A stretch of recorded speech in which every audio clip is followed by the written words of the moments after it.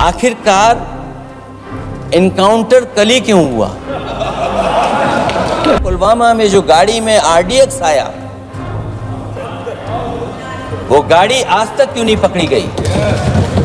आखिरकार सवाल ये है हमारा कि सीज फायर किसके दबाव में किया है और सीज फायर क्यों किया जब हमारी फौज पीओके को भी ले लेती और पाकिस्तान के भी।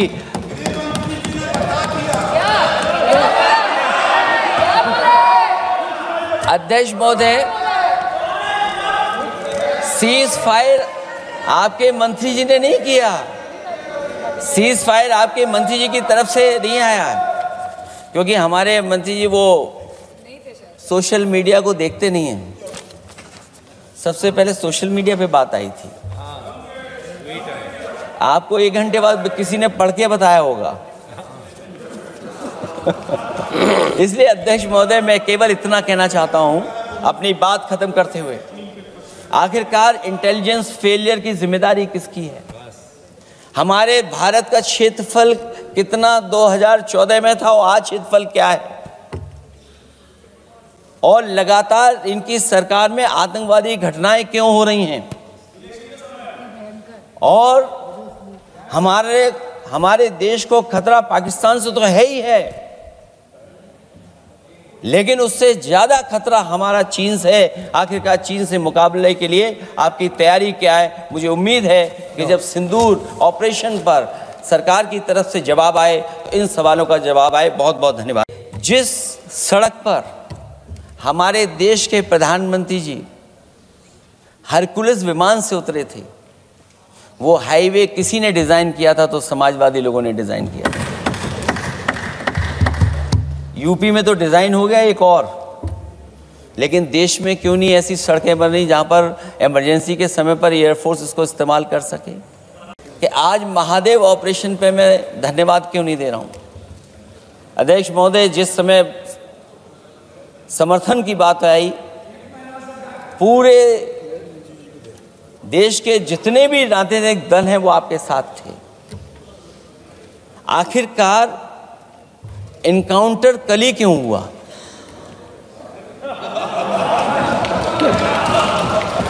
और अध्यक्ष महोदय, फिर वही बात मैं दोहराऊं जिसकी वजह से पहलगाम हुआ, जिसकी वजह से पुलवामा हुआ। अगर ये इतना ही टेक्नोलॉजी और इन सब चीजों को समझते हैं और जानते हैं, इतना ही टेक्नोलॉजी और इन चीजों को सब समझते हैं, तो आखिरकार अध्यक्ष महोदय, पुलवामा में जो गाड़ी में आरडीएक्स आया, वो गाड़ी आज तक क्यों नहीं पकड़ी गई? और शायद भारतीय जनता पार्टी के लोग ये जानते होंगे कि बहुत सारे विभाग सरकार के होते हैं, सैटेलाइट इमेजेस देते हैं। अगर आज भी भारतीय जनता पार्टी चाहे तो पुलवामा में जो गाड़ी आई है, सैटेलाइट इमेजेस से वो पता कर सकती है कि वो किस रास्ते से वो गाड़ी आई थी। आप हिम्मत क्यों नहीं जुटा पा रहे हैं उसके लिए? और फिर पहलगाम में किसी भी दल ने आपके साथ किसी तरह की राजनीतिक बातचीत नहीं की,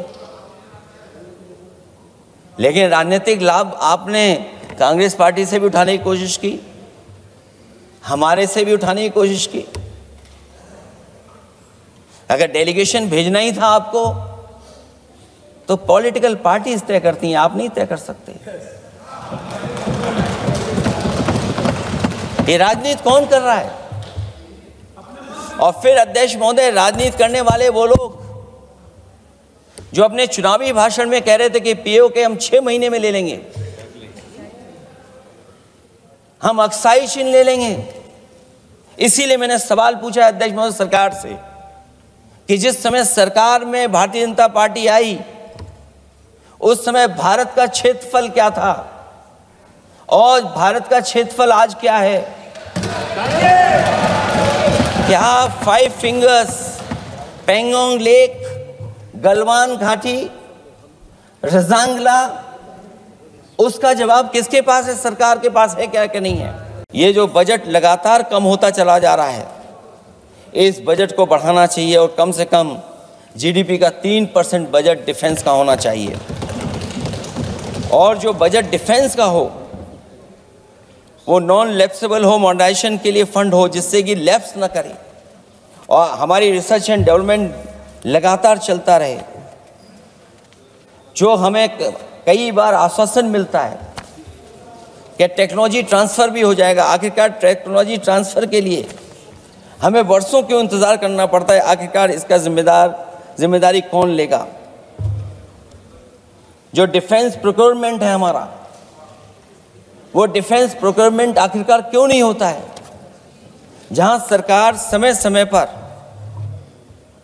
डिफेंस एक्सपो के नाम पर न केवल भारत बल्कि दुनिया से ये कहती है कि हमारे यहाँ इन्वेस्टमेंट करें। आखिरकार डिफेंस एक्सपो के इन्वेस्टमेंट के कार्यक्रम के बाद कितना डिफेंस सेक्टर में इन्वेस्टमेंट आया है? और साथ ही साथ जब आत्मनिर्भर की बात हो तो हमारे देश की अपनी रक्षा करने के लिए हमारे अपने लोग क्यों नहीं तैयार हो रहे हैं? यह सरकार इतना क्यों नहीं जोखिम उठा रही कि हम खुद तैयार हों उन चीज़ों को बनाने के लिए? इसलिए मैं एक बार फिर ये कहता हूं कि जहां पर सेना ने बहुत बहादुरी के साथ अपने पराक्रम के साथ